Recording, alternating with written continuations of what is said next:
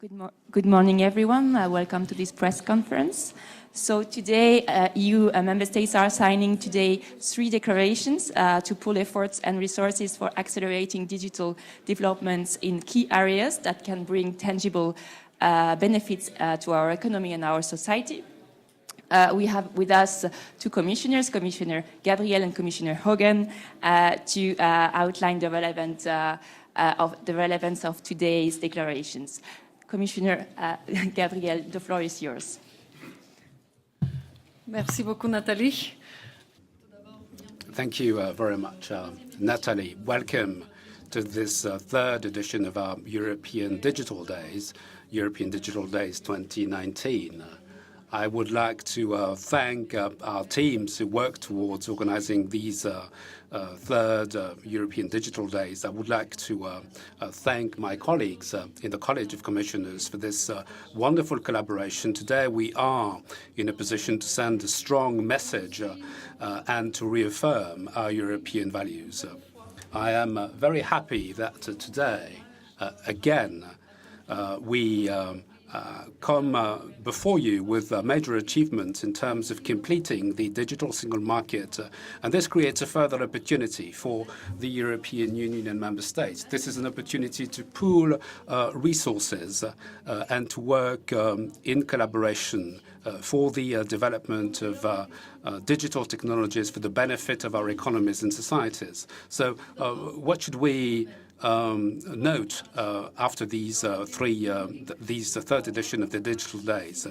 First of all, there is a declaration, the promotion of gender mainstreaming in the digital economies, the promotion of artificial intelligence, and the use of digitalization in cultural heritage, the promotion of the role of women in the digital industries. We want to bridge this digital gap between men and women in this particular sector using specific actions.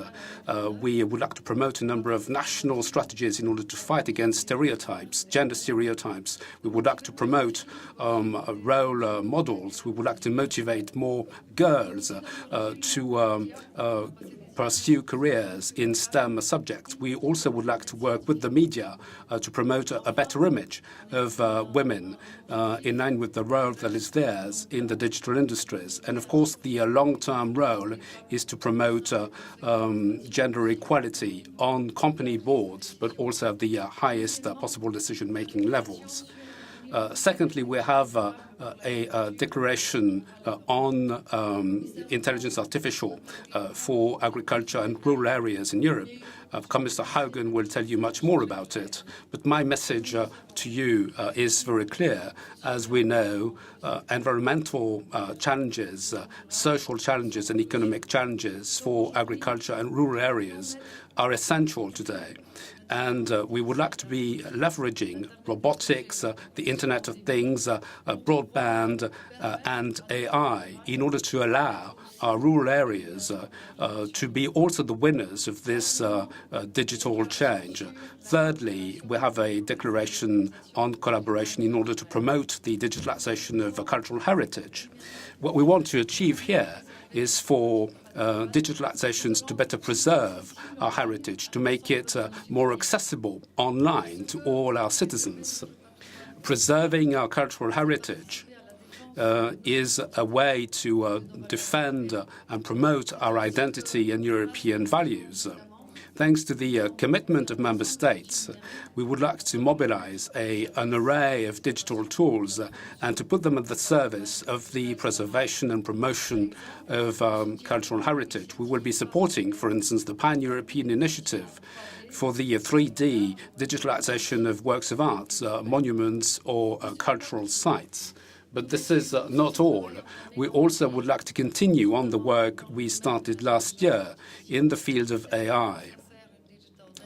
This is the reason why we organized those digital days. We kickstart common initiatives, but also what is important is to follow up in terms of concrete results. Let's recall that 1 year ago, with member states, we signed off on a declaration which launched collaboration between member states in AI. This led to a coordinated plan adopted with member states in December of last year. And yesterday, our high-level expert group published their report on ethical guidelines for intelligence, for artificial intelligence. We are now looking at the beginning of an intense pilot stage with developers, with the users of AI, in order to test out those practical applications and maybe adjust those ethical guidelines by the beginning of 2020. So this major commitment in terms of further collaboration between member states has resulted in concrete steps already being taken.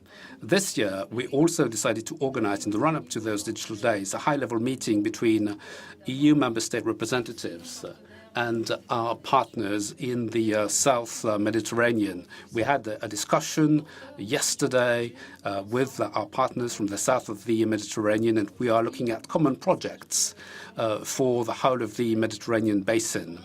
We would like to intensify our dialogue in the Mediterranean basin. We would like to have more common projects. Thanks to digitalization, we can move on in a number of fields, more connectivity, more data-driven economy, more entrepreneurship, and support for a better integration of women in the economy.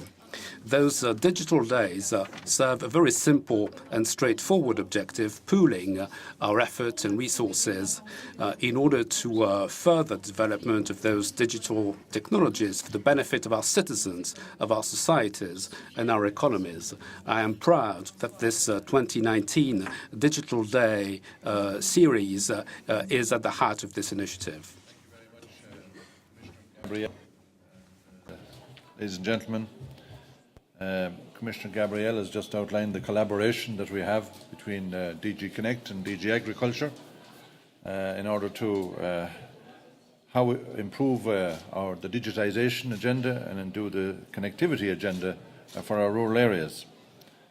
And indeed, there are many reasons why we should do so, and I just want to briefly explain what we should be doing and why we should be doing it.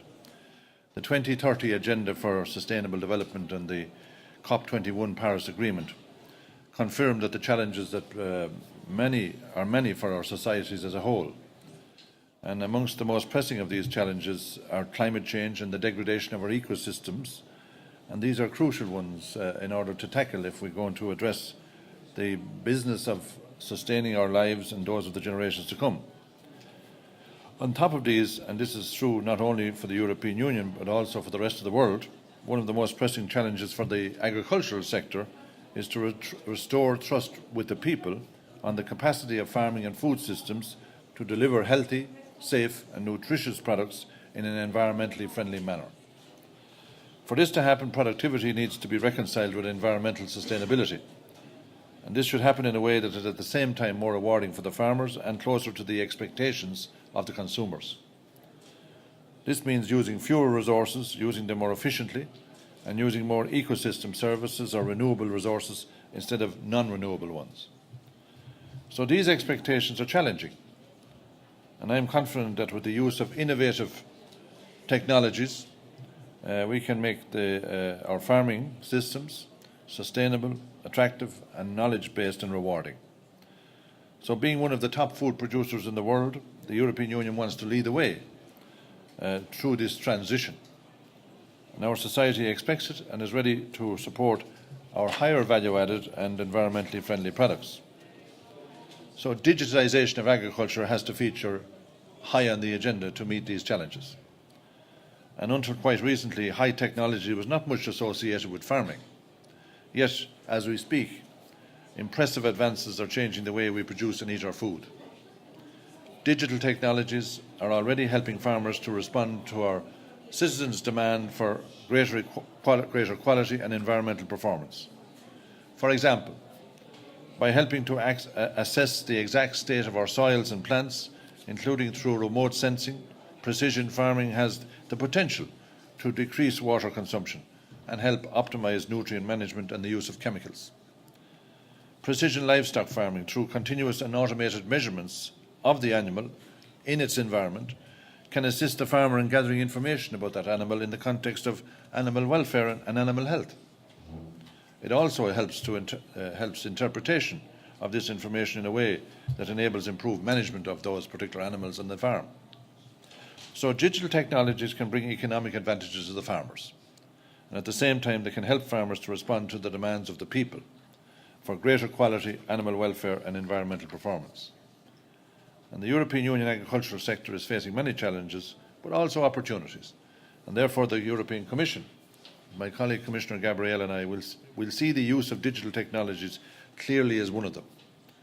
But as digital technologies develop fastly and follow their own track, we must make sure that we have the right policies and that they are designed not only to make sure that these technologies contribute to sustainable agricultural systems in line with our sustainable development goals, but they should also make sure that our farmers, whether they're large or small, reap the benefits of the agri-tech revolution and the use of digital technologies. So I believe that the European Union and its member states have a key role to play in this. And this is why we have made the digitisation of agriculture one of our core priorities for the activities under the future Common Agricultural Policy. We have made it one of the key demands in terms of the objectives of the future policy, which will have to be met by the member states. And I believe that the work that we are doing together is not only going to make agriculture more farmer friendly, but also going to make it more environmentally friendly.